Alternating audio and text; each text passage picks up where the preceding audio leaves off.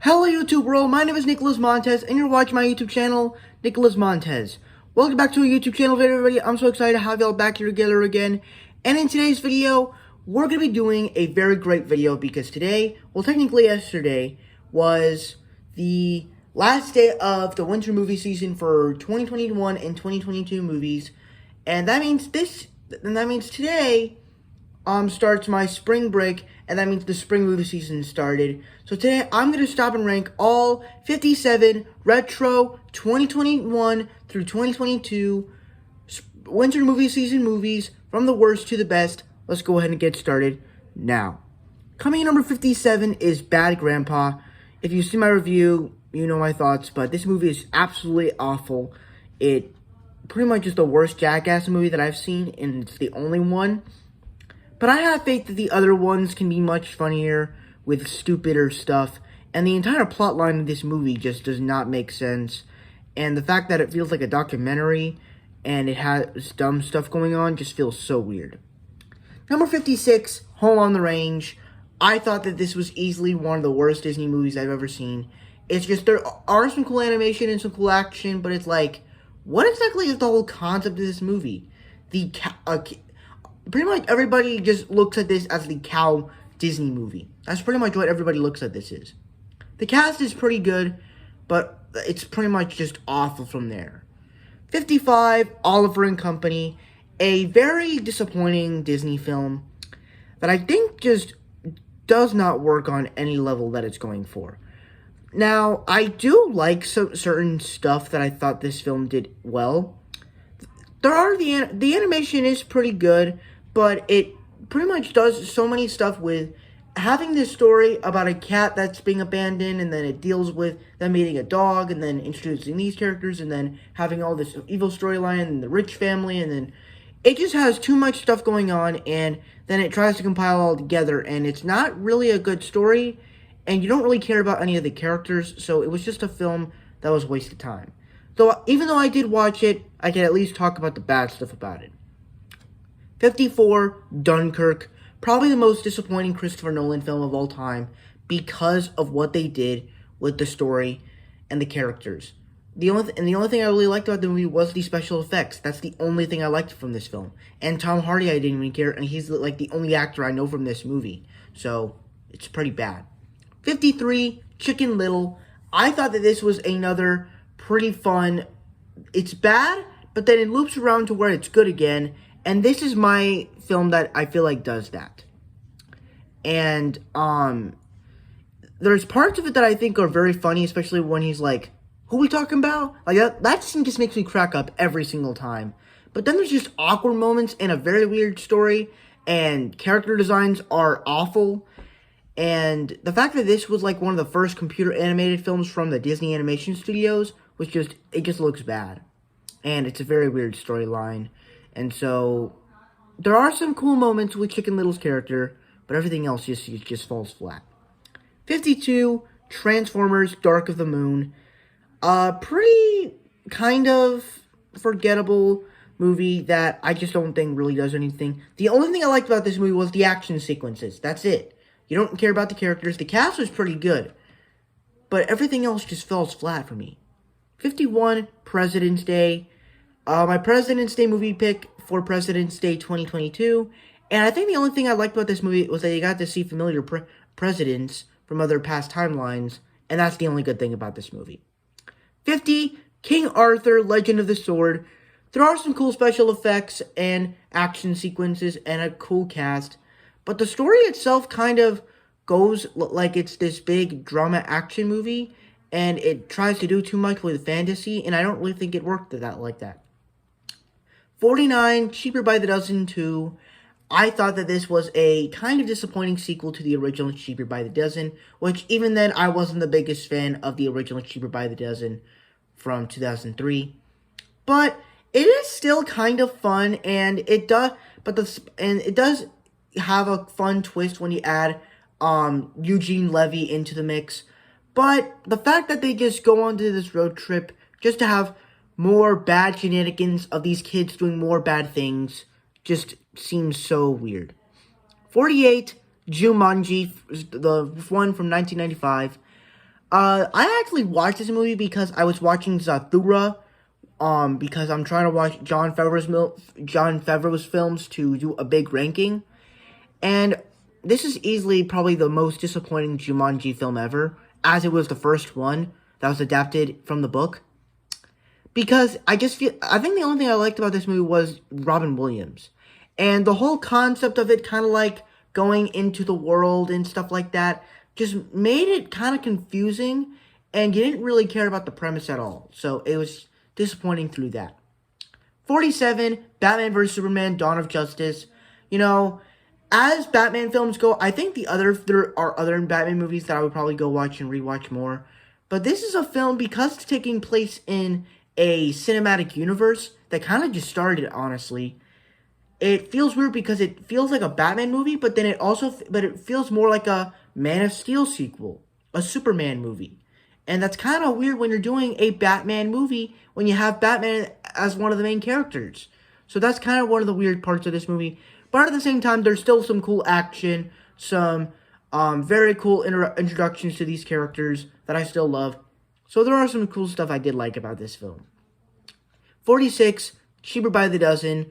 Once again, it's just a film that I feel like kind of does okay with what it's going for. You know, it has some fun humor, but it's like they keep doing the same scene over and over again, like, I had it with you. But then he grounds them and thinks everything's going to change. And it's like, what exactly is this film going for? Like, it's such a weird premise. And why would you choose to have 12 children? Like, out of all the numbers you could think of, why 12? Because you know it's going to be a lot to handle, especially with your dream job. Like, that's going to be a weird plot line. So that's very weird stuff. Number 45, Home Alone, The Holiday Heist. So this was a film that I actually did kind of like, and that I did actually care about the relationship between the kid and the, like, gamer from the other house. But the problem here is that I just could not really get invested into the story. They brought the guy that played the doctor from the 2007 Home Alone Halloween movie, and I thought I did okay with him as being one of the main villains, with him leading this little crew, but at the same time, I just didn't really buy it, so it was disappointing, but I still kind of enjoyed it. Number 44, Transformers Age of Extinction. Now, this was a huge step up from Transformers Dark of the Moon, because I felt like that they actually had characters I liked, a cast that I liked, and action sequences that I liked, but at the same time, the story I didn't really care for, so... 43, The Texas Chainsaw Massacre, 1974. Once again, I actually do like these movies, and I pretty much have the same opinion on all of these movies, because 43 is Texas Chainsaw Massacre, 42 is Texas Chainsaw Massacre 2, and 41 is Texas Chainsaw Massacre The Next Generation. And I pretty much feel the same about all three of these movies, because I just feel like they all do something that's cool. They have cool horror vibes, and they have intense sequences.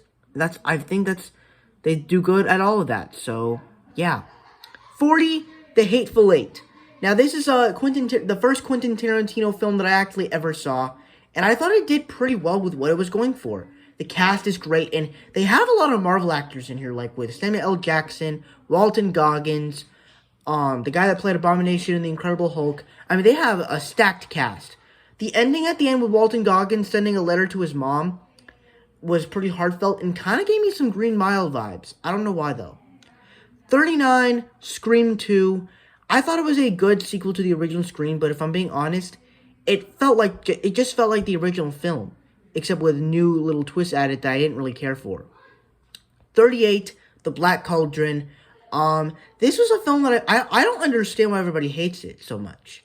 I like the characters. The story itself is a little bit weird at times, I guess you could say, about saving this pig and the way the characters come into conflict. But at the same time, I like the characters that go into it. 37, Dinosaur. I have to say, I probably should be putting this movie lower because I just wasn't the biggest fan of Dinosaur. I just feel like that this movie, it was good enough, but like the idea of it was just so weird, as you have a dinosaur adopted by monkeys, and it's just such a by Lemurs, and it's like just such a weird story. Though the special effects do work kind of. 36, Tenet. As this is the most recent Christopher Nolan film, I thought it worked. I don't think it's one of his best films, but I do think it is a pretty good film. 35, 34, 33, and 32. Wait, 35 is Harry Potter and the Half-Blood Prince. 34 is Goblet of Fire. 33 is Order of the Phoenix. And 32 is Deathly Hallows Part 1. And I think I have pretty much the same opinion on all these movies, that are just good Harry Potter adventures. Harry Potter and, I believe, Order of the Phoenix definitely has some emotional moments with characters dying and cool ideas of storytelling. And then 32, Deathly Hallows Part 1, is obviously a cool story because it tells the part 1 of the Harry Potter finale. So I thought that was amazing. So I'm excited to see Deathly Hallows Part 2. 31, Zathura. A pretty cool spin-off to Jumanji that had a nice cast, some cool visuals, but at the same time, it just is in the house, and we don't really get to explore the world in that. And so I was a little bit disappointed with it, but I still did enjoy it, though. 30, Atlantis, the Lost Empire. A pretty cool generic story about people exploring this world of sea people, but then people want to get into it. And this feels a lot like Avatar and Pocahontas and stuff, except it's not really that. So I guess you could say it's a cool story like that. 29, An American Affair. I thought that this was a pretty cool story. It had some nice character moments, and it had a pretty cool soundtrack. But the story here was kind of weird at times, and so I kind of didn't like it as much. 28, Hitman's Wife's Bodyguard. The action is simply phenomenal. There are some pretty funny moments. The cast is amazing. But that little twist at the end, I just did not understand what they were going for. 27, Batman and Robin. If you're wondering what I'm doing, I'm looking at my computer because the list is right in front of me, so I need to look at it. 27, Batman and Robin. I thought that this was a pretty cool story where you actually get Batman and Robin working together, and that's awesome. Granted, there are some corny jokes, there are some corny stuff with the bat nipples and all that, but I can ignore all of that and just watch it as a cool Batman movie of Batman and Robin, even though there are some awkward stuff in it. 26, Home Alone 4. I thought that this was actually a pretty underrated Home Alone film, because most of them are pretty trash films. This is actually one of the better films, in my opinion, and one that I actually cared about. I liked the kid. He was adorable, and the story and the relationship with the kid was just amazing, so I liked it. 25, Texas Chainsaw 3D from 2013. I thought it was a pretty good film and had some great horror elements. 24, Leatherface. Pretty much the same thing I said about Texas Chainsaw 3D. 23, The Story of Robin Hood and His Merry Men. A pretty cool Robin Hood story that took place that was filmed in the 1950s, and I thought it did well, even though it is outdated for its time. 22, The Living Desert. One of these animal movies that is kind of like a documentary, and I thought it did cool for what it did. 21, Free Guy. Of course, Ryan Reynolds is, of course, amazing. It is a pretty cool video game movie, even though it's not technically based on a video game. Pretty cool movie. 20, Batman 89. Michael Keaton is great at Batman. The action sequences are pretty cool. And Jack Nicholson is great as the Joker. Though there are some weird, corny stuff into it. 19, Batman Returns. I absolutely loved it. I actually do really like this movie. I love the villains and Catwoman and Penguin. Their character arcs are just so amazing. Michael Keaton, of course, gets better as Batman. And the action is, of course, even better. So I thought this film worked more. 18, The Great Mouse Detective. I thought this was another solid Disney movie. And I actually did care about it. 17, Ron's Gone Wrong. The way I saw this, I wasn't actually expecting to watch this movie because I didn't expect it to go on Disney Plus, but I actually did care about it, and it kind of relates to me where I want to make friends, though I do have friends. 16, Better Watch Out, a pretty cool Christmas movie to watch at Christmas time that has some horror elements. 15, Nobody, a really unique action movie that has some incredible action and a pretty cool cast with Bob Odenkirk, who played the guy that wanted to make superheroes legal again in Incredibles 2, and Christopher Lloyd. So you got a bit of Back to the Future and a bit of superhero stuff into it, though it has nothing to do with Back to the Future or superheroes. 14, Tall Girl, a pretty cool story about a girl being tall, and it doesn't really do the stuff that you expect with the sister being obsessed with her and not caring about the sister. 13, Batman Forever, a pretty cool film that actually handles a lot of stuff, and I thought it did really well with that.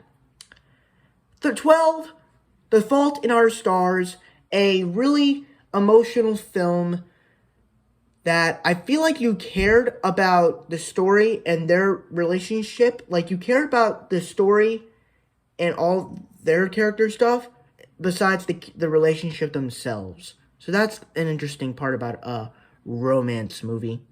Number 11, Gravity, a film that I actually watched in school with my class because we were learning about gravity, and I thought it was pretty good. The special effects are amazing. The fact that it actually explores what we actually do in space is just amazing. Number 10, A Raisin in the Sun, another school movie that I watched in my class, and I watched this in theater class for Black History Month, and I thought it was a pretty cool film. You actually cared about the characters, you cared about the situations that were happening to them, so it was a really careable film. 9, Meet the Robinsons, a pretty cool time travel story that I thought you like the characters, and that's the thing. Time travel stories always find ways to make you care about the story and make you care about the characters. And this is just another solid one. Number 8, Our Friend Martin. Now, as this is another time travel story, I don't really feel like it makes me care about the characters or anything, but it is a clever twist when they go back in time, when they bring Martin back to the present, and everything is changed, and that's the reason why is because he couldn't do all those things, and because of that, the world stays the same in the way it was back in the day. So I actually like that twist. Number 7, Flubber, a very enjoyable Robin Williams film that made me feel like I was watching a movie of Bill Nye the Science Guy come to life, and I love that. Robin Williams works as a very goofy scientist guy, and by the same time he also cares about people, and it's not that he's selfish, it's because he loves that girl, and it's like he wants to approve of her. And so I thought that was great. Number 6, The Last Duel, a pretty cool little action movie that has some elements of it. The cast was pretty good. I actually enjoyed it. Number 5, West Side Story, one of the films that went onto Disney Plus. I actually really enjoyed it. The dance numbers were amazing. The special effects were amazing. And because I saw it in the Heights, which I was a huge fan of, I was actually interested because I'm seeing a different part of New York City that I never got to see before. And that's what In the Heights did. I never got to see Washington Heights because we're always exploring Queens and Brooklyn and the Bronx and all this stuff. So I love that we got to explore another part of New York. Number 4, Carol. The first movie that I saw in 2022, and it was absolutely amazing. The relationship between our two leads are amazing, so it comes in the top. And it's a great love story, by the way. Third place, Encanto. Obviously, when I first saw it, I was like, this is kind of a meh Disney film. But after rewatching it, I have to say it has peaked. The story is definitely amazing. The characters you absolutely love. And the songs are instantly amazing. And the animation is simply amazing. But I think what this film did so well is that it made a story that really worked as a whole. Where it's like, it felt a lot like what they did with some Pixar films like Ratatouille and Brave. And they actually made it better than that. But at the same time, I just never understood how these people got their powers from a candle getting a miracle. Like, that just never really made sense to me. But, you know, it's Disney, so they always find ways to do that stuff. In second place is Harry Potter and the Prisoner of Azkaban. Easily my favorite Harry Potter film. And the reason for that is because it has some great payoff. It tells an interesting story with Sirius Black. And it's also another great time travel story in the way it does things. So it's just a great movie overall. But coming in first place as the best retro 2021-2022 winter movie season movie is The Hunchback of Notre Dame. I thought this was an absolute surprise from Disney, where the animation is simply amazing, the characters are amazing, the songs are amazing, the story is amazing, and everything about this movie is pretty much great. Besides, I wish that Esmeralda could have gotten with Quasimodo instead of that prince guy. And the stuff with Frollo loving, kind of crushing on Esmeralda, but still wanting to kill her, that's just not stuck with me ever since I saw this movie. But besides that, this is an incredible film, and I absolutely love it.